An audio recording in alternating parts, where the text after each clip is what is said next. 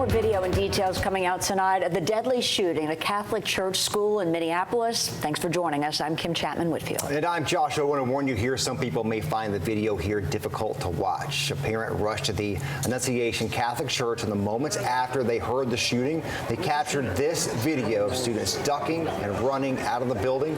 Authorities say the shooter opened fire just outside the church, shooting at people through stained glass windows.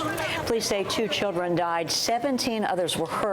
The parent who took this video described the inside of the church as blood and chaos. Both his children were not hurt. First responders say many of the surviving children who are recovering tonight are heroes because of their actions.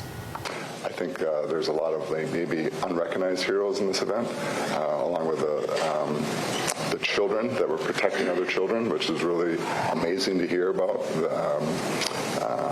I might be saying too much, but we had one kid that covered up another kid and took a shotgun blast to his back and things like that.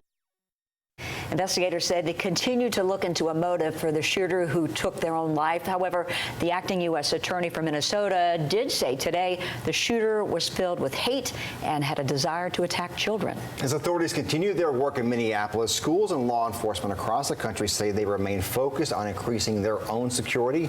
News Channel 9's Lily Butler joins us now to tell us more about some of the responses she heard from private faith-based schools here in our area. Lily. Kim, Josh, while the state mandates are different when it comes to security of private schools versus public schools, some faith-based schools in our area say they're now looking at ways to keep safety as a top priority.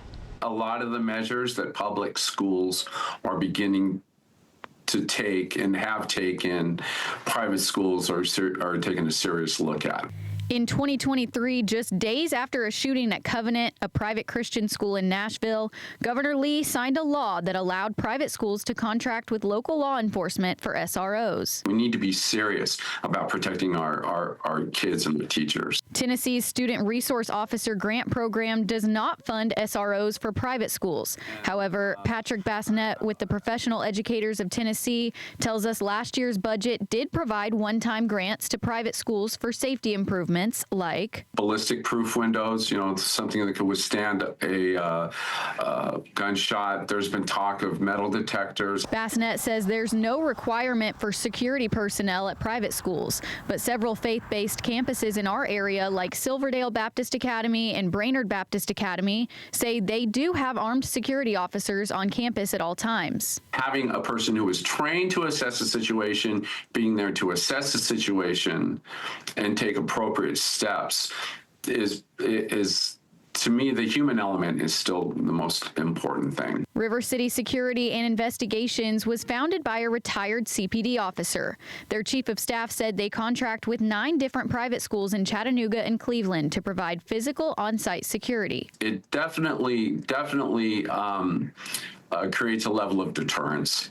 No doubt about it. But several of the private schools in our area from this list said they don't have security officers on site, but say they are now talking with local law enforcement about increasing patrols. Everyone is a little bit different, so all we can do is keep learning and keep adjusting. That's all we can really do. One private school told us since Wednesday's shooting in Minneapolis, they're expanding lockdown drills, practicing not only where classes are held, but in the church where they hold chapel. It can happen any place, anytime. Security and safety need to be paramount.